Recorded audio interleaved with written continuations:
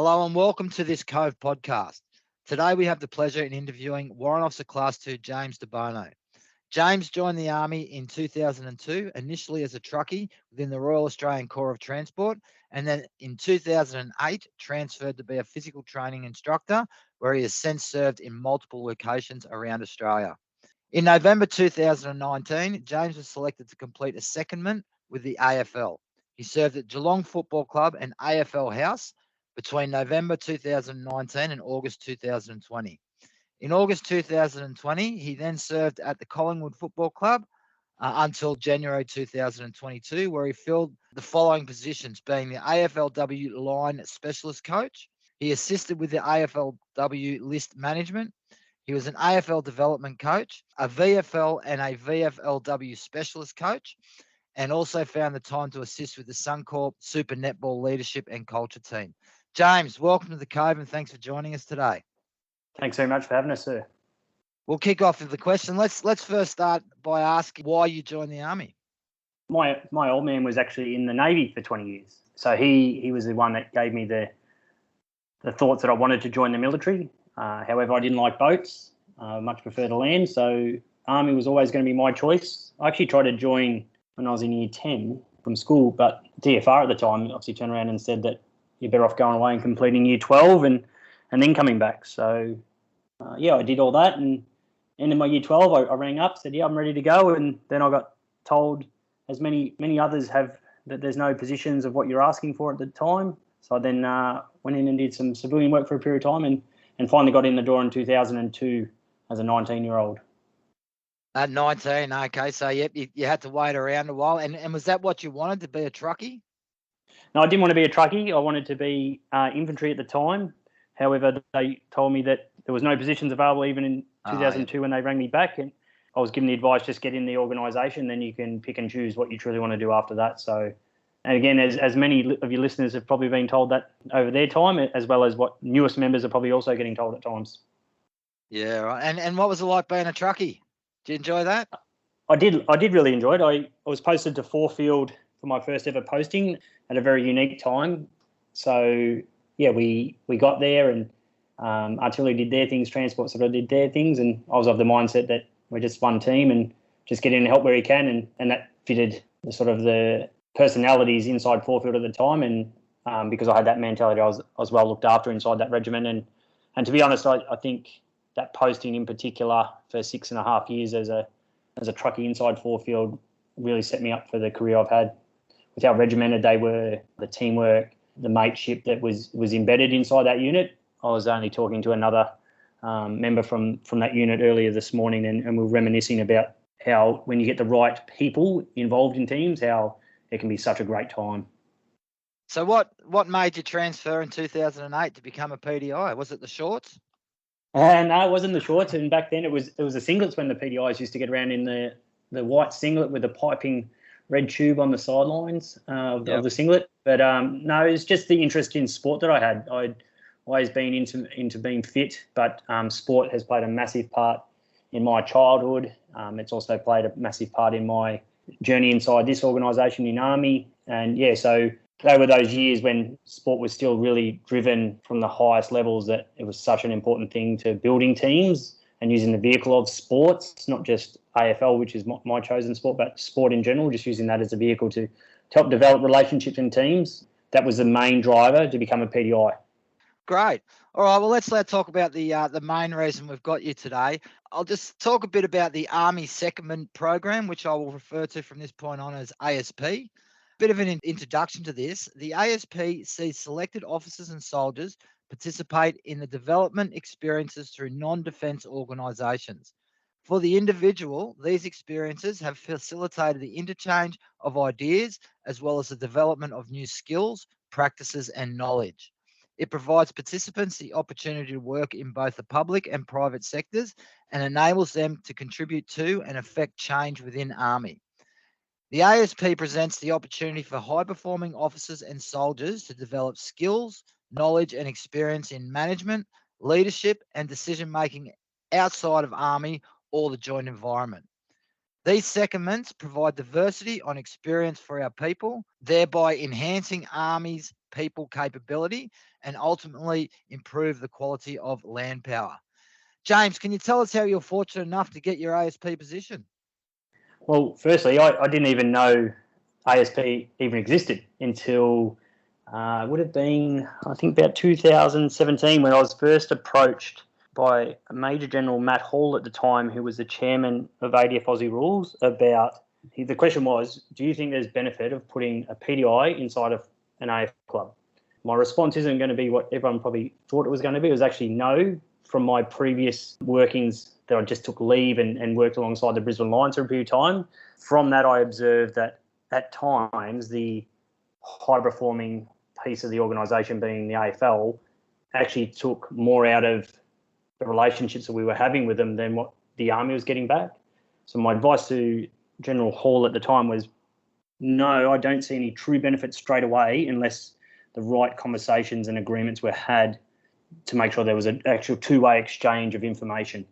From there, we obviously jump forward a year of 2018. I was asked the same question by the new chairman, Brigadier Dave Smith. The response was the same. And then 2019 in July, I was actually asked by the Chief of Army the same question, where he then alluded to everything you just spoke about the ASP does and key aspects that Lieutenant General Rick Burr thought would be exchanged between the two organisations, with the key part from my piece was to come back and either go into one of two entry points, either being RMCD or ADF PDS, the ADF PT school down at HMAS Cerberus, for that exchange to truly happen. So I didn't know about it. It was just, I guess I was observed from others being a passionate football person / PDI, and how I was able to nest both my loves into one sort of mould.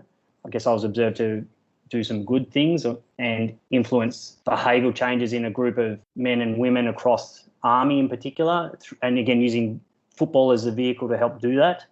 Yeah, it must have worked, because ultimately that's when the previous Chief of Army, Lieutenant General Rick Burr, mentioned that all along he had me in mind, noting I held true AFL accreditation, so level 1 talent ID.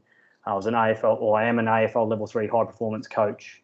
I was the first ADF member to be invited by the AFL to do that course. So I had the qualifications and experience from both levels of an S&C background for Army, as well as the coaching piece from the AFL. That, yeah, again, I was very fortunate that my journey in Army had led me to a point where others saw benefit for the bigger organisation out of something I was doing. So you initially said no, it wouldn't be a good idea. I bet you think differently now, and you got a lot out of it. Yeah, there's two parts to that, where initially, as I said, my entry point was meant to be two positions. However, I ended up, my entry point was obviously 1 Health Battalion up in Darwin, Robinson Barracks as the WO PDI.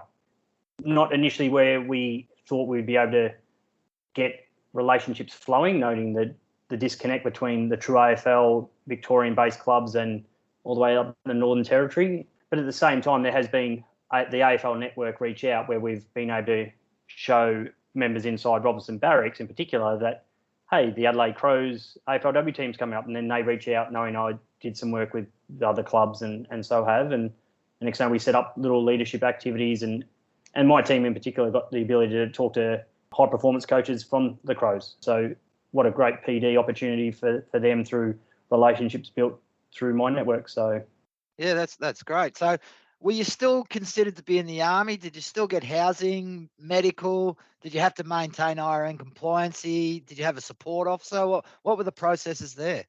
I was a CIRCAT 7 member, full Army being looked after. My supervising officer was then at the time Brigadier David Smith. As I said earlier, he was the ex-chairman of ADF Aussie Rules. He was my supervising officer as he was in Vic Barracks. Yes, I did have to maintain ARN compliancy. I just did that through DFSS, obviously the Defence School of SIGs down at Watsonia. Yeah, it was an amazing opportunity, and it was only meant to be 12 months, so it was only meant to be 2020. However, a little thing called COVID provided a lot of negative for people, but it actually provided me a really excellent opportunity where I found myself 2 years in the secondment.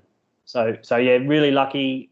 The organisation's been extremely supportive, and a reason why I've come back, and I'm not looking to jump ship either. Let's keep these relationships and conversations happening with the clubs that we've we've built a relationship with.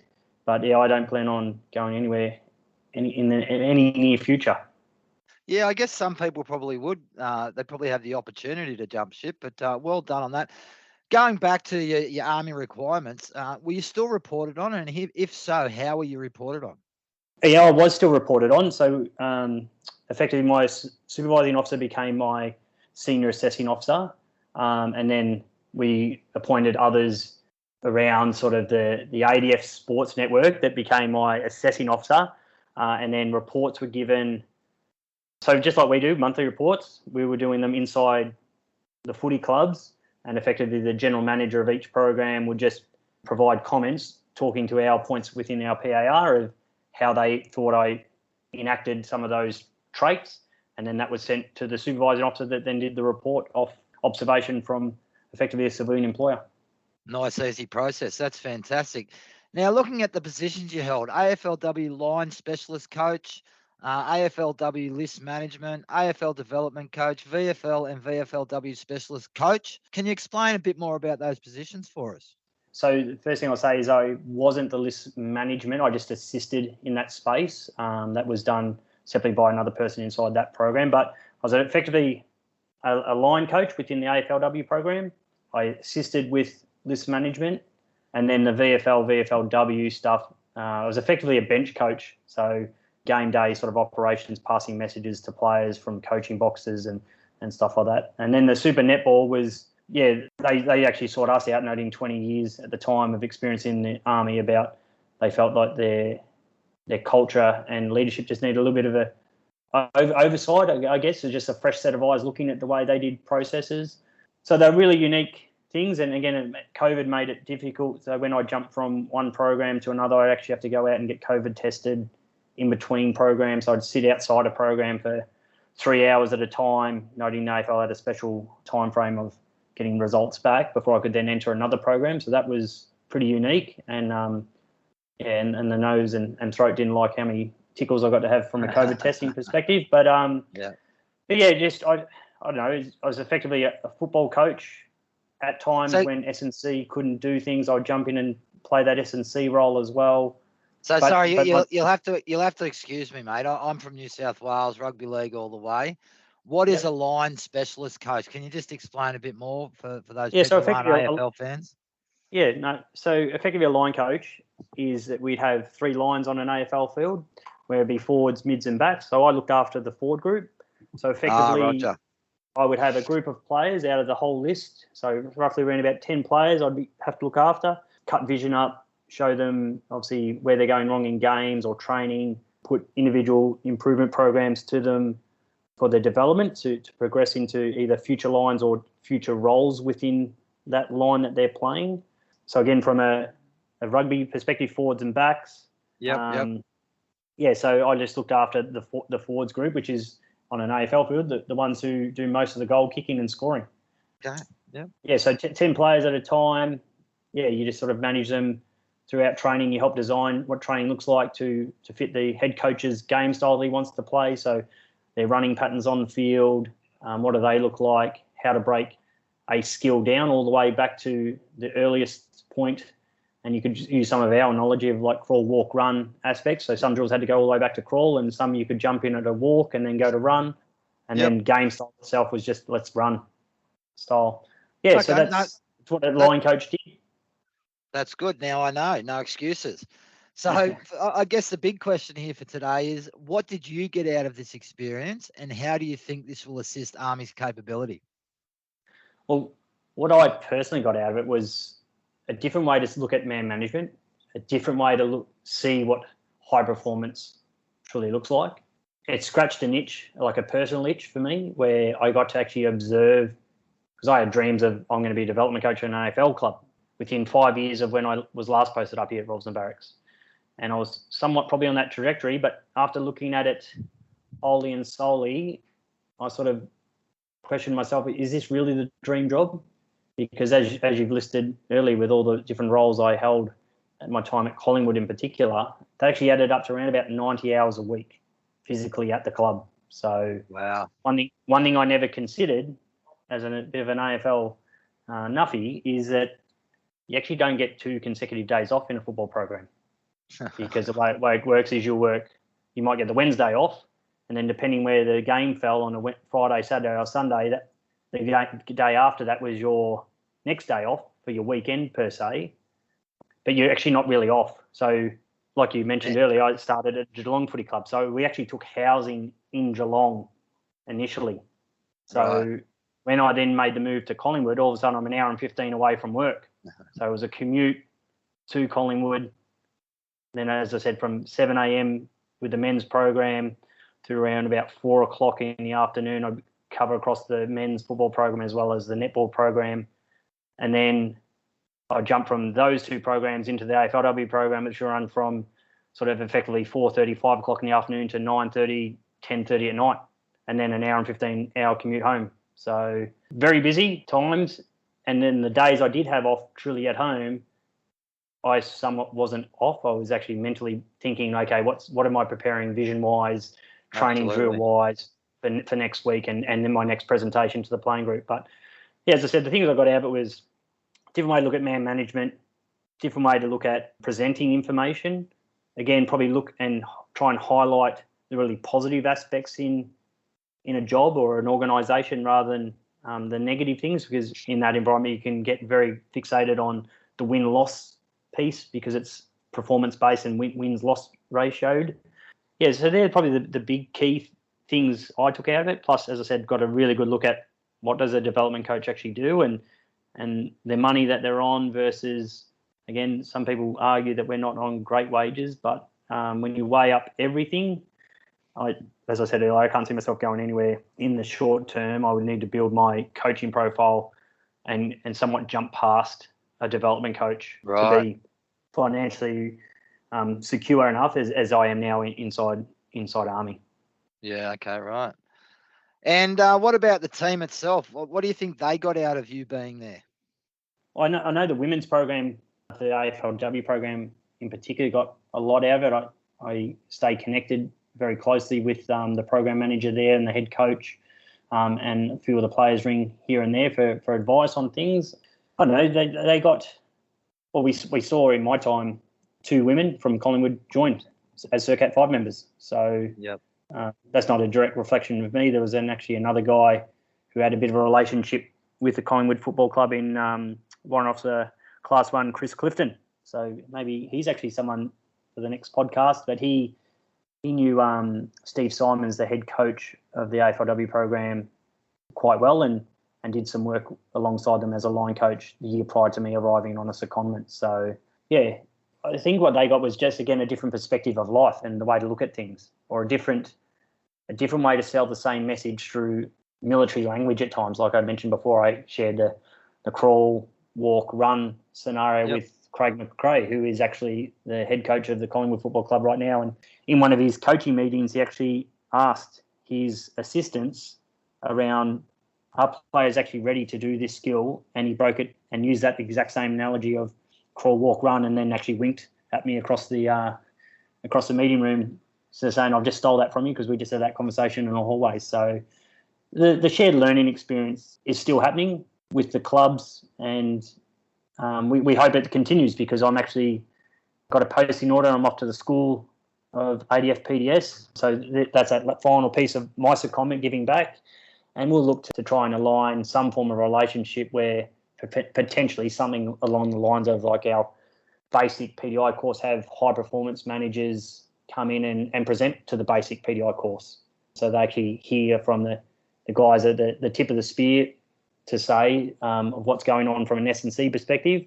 And then we can sort of balance that with, okay, that's great that's what they're working with, but this is the known sort of data for what we're dealing with inside the military. And then for something like the supervisor's course, it could be something where we actually take potential new sergeant PDIs out to a high performance facility and talk through that facility management piece, which at times probably isn't articulated well or passed on the knowledge of how to manage the relationships between SEG, base management, and then the facilities we truly need on some of our garrisons.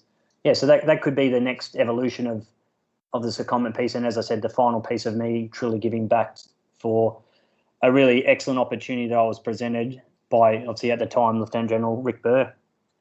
All right. So obviously you definitely recommend this to others. Such a great program. I see that you've also done a bit of extra education yourself. You're an AFL level 3 high performance coach. You have a Cert 3 and 4 in fitness, and you have an Australian strength and conditioning level 1 qualification. Did you get those while you were on this program, or did you have them prior? No, so all those obviously were prior, and that's effectively what led to me being the one selected to go off and do this secondment in particular. And I've said it many times to others that if they were purely looking for strength and conditioning, there's other PDIs out there probably more in tune with what's going on strength and conditioning wise than me. The coupling piece for me was that I held the AFL accreditations. It became really attractive to an AFL club because, as you can imagine, in high performance, there's a thing called soft cap. So each club gets to spend so many millions of dollars on their support staff around the playing group. I didn't actually come under soft cap for either of the clubs. So therefore, it became very attractive that, hang on a minute, we've got a guy here who's actually got, I think by that stage when I got to Collingwood, I was about 10, 12 years into a coaching journey. I'd coach at state level. I'd seen different AFL programs, and effectively I was 4 years holding an AFL level 3 high performance coaching accreditation. So having that 4 years experience with that qualification, yeah, it became very attractive to a club to have someone come in and you not actually have to pay them. As I've been referred to before as free beer. So so the club's definitely, as I said, 90 hours a week. They squeeze every last bit of juice out of me, to the point that I actually don't do anything. Since I've got back to Darwin, I haven't done any football apart from coach the National Army side this year. But as of next year, I actually hold no defence coaching a title or anything. And I'm enjoying just being a traditional WO2 inside the organisation and doing my job as a WO PDI. That's great. And I sort of go back to the courses that you got yourself, the opportunities that those courses gave you and will give you into your future. What about family? We know how important family are to us all. You mentioned working 90 hours a week as a minimum. You must have also been away from home a lot. How did the family handle it, and how supportive were they? My wife Grace is an amazing woman. Like most men would say, that for all the things that we have to put up with, there's always someone behind the scenes picking up the pieces. And Grace, my wife, was that person for me and has been for a long period of time. Extremely supportive. At that stage, we had our first child, Pearl. We just moved from Canberra to obviously Geelong. Whilst on the secondment, we also had our second child, Jet.